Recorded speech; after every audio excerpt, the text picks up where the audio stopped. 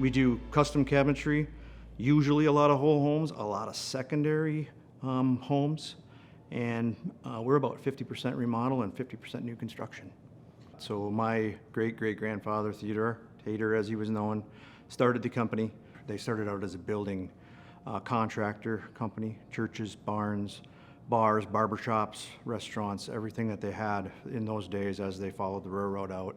His son Ed then took over, and his three boys all ran the company.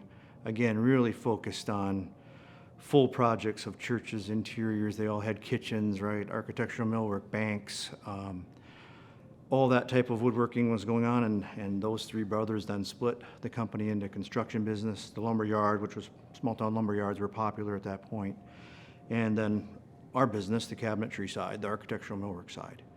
So from there, my grandfather then, Bob, he ran the company, and he actually, along with my parents, built the current facility we're at now here outside of Plato, which was quite an expansion from a wood-framed little shop, if you will, that we had before. My parents then ran it together, Tim and Marlis. They're my dad taking care of the shop end of things, my mother taking care of the customer service, financing, accounting side of things. Well, my husband and I came to work with my father-in-law in 1968. Together, we just continued to grow the company larger and larger and larger, and that was life. So I didn't know much about kitchen design, but I learned. It's always been important for us to operate with integrity, and that's also our expectation from the people we work with.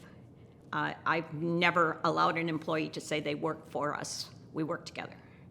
And they retired in 2003, and since then I've been president, and 2 years ago I welcomed the sixth generation, Mitch, back into the company from college, and he's been doing a bang-up job. Being at the top of the market, people are always trying to replicate what you do, right? So you're always setting the tone for what is to come in the industry. And with that comes a lot of pressure to innovate. And along with that also comes a lot of pressure to be price competitive with things that people haven't necessarily done before. I want to go back where I started, meaning I still love to sell, and I love to create relationships with people. And I want to be that guy that's there also when there's a tough question. There's guidance that's needed that I can still provide that to Mitchell, the next generation.